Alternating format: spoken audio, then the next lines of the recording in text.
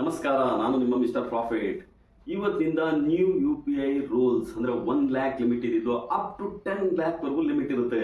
ಇನ್ನು ಟ್ರಂಪ್ ಅವರು ಹೇಳ್ತಾ ಇದ್ದಾರೆ ನ್ಯಾಟೋ ದೇಶಗಳಿಗೆ ರಷ್ಯಾದಿಂದ ಆಯಿಲ್ ಇಂಪೋರ್ಟ್ ಮಾಡ್ಕೊಳ್ಳೋದು ನಿಲ್ಲಿಸಬೇಕು ಅಂತ. ಆದ್ಮೇಲೆ ರಷ್ಯಾ ಮೇಲೆ ಸ್ಯಾಂಕ್ಷನ್ ನ ರೆಡಿ ಇದೀನಿ ಇಂಪೋಸ್ ಮಾಡೋದಕ್ಕೆ ಅಂತಾನು ಹೇಳ್ತಾ ಇದ್ದಾರೆ.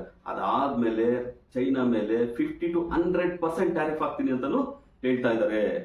ಇನ್ನ Friday Dow Jones market 270 points loss ಅಲ್ಲಿ ಕ್ಲೋಸ್ ಆಗಿದ್ರೆ ನ್ಯಾಸ್ಡಾಕ್ ಮಾರ್ಕೆಟ್ ಮಾತ್ರ ಆಲ್ ಟೈಮ್ ಅಲ್ಲೇ ಕ್ಲೋಸ್ ಆಗಿದೆ. ಇನ್ನು ಬೆಳಗ್ಗೆ ಏಷ್ಯನ್ ಮಾರ್ಕೆಟ್ ಫ್ಲಾಟ್ ವೀಕ್ ಅಲ್ಲಿ ಟ್ರೇಡ್ ಆಗ್ತಾ ಇದ್ರೆ ಜಪಾನ್ ಮಾರ್ಕೆಟ್ ಮಾತ್ರ ಆಲ್ ಟೈಮ್ ಅಲ್ಲೇ ಟ್ರೇಡ್ ಆಗ್ತಾ ಇದೆ. ಇನ್ನು ಗಿಫ್ಟ್ ನಿಫ್ಟಿ ನೋಡೋದಾದ್ರೆ 25,150 ಅಲ್ಲಿ ಟ್ರೇಡ್ ಆಗ್ತಾ ಇದೆ.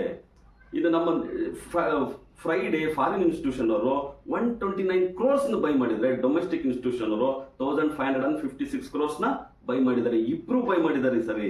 ಇನ್ನು ನಿಫ್ಟಿ 25,110 ಅಲ್ಲಿ ಕ್ಲೋಸ್ ಆಗಿದೆ. ಇವತ್ತು ಎಬೋ 25,100 ಇದ್ರೆ ಮಾತ್ರ ಬೈಯಿಂಗ್ ಇರುತ್ತೆ, ಇಲ್ಲಾಂದ್ರೆ ವೀಕ್ ಆಗಿರುತ್ತೆ. ರೆಸಿಸ್ಟೆನ್ಸ್ ಬಂದ್ಬಿಟ್ಟು 25,150 ಆಗಿರುತ್ತೆ. ಸೆಕೆಂಡ್ ರೆಸಿಸ್ಟೆನ್ಸ್ ಬಂದ್ಬಿಟ್ಟು 25,250 ಆಗಿರುತ್ತೆ.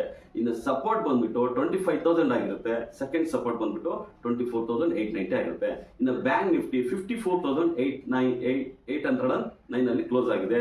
ರೆಸಿಸ್ಟೆನ್ಸ್ ಬಂದ್ಬಿಟ್ಟು 55,100 ಆಗಿದೆ. ಸಪೋರ್ಟ್ ಬಂದ್ಬಿಟ್ಟು 54,400 ಆಗಿದೆ.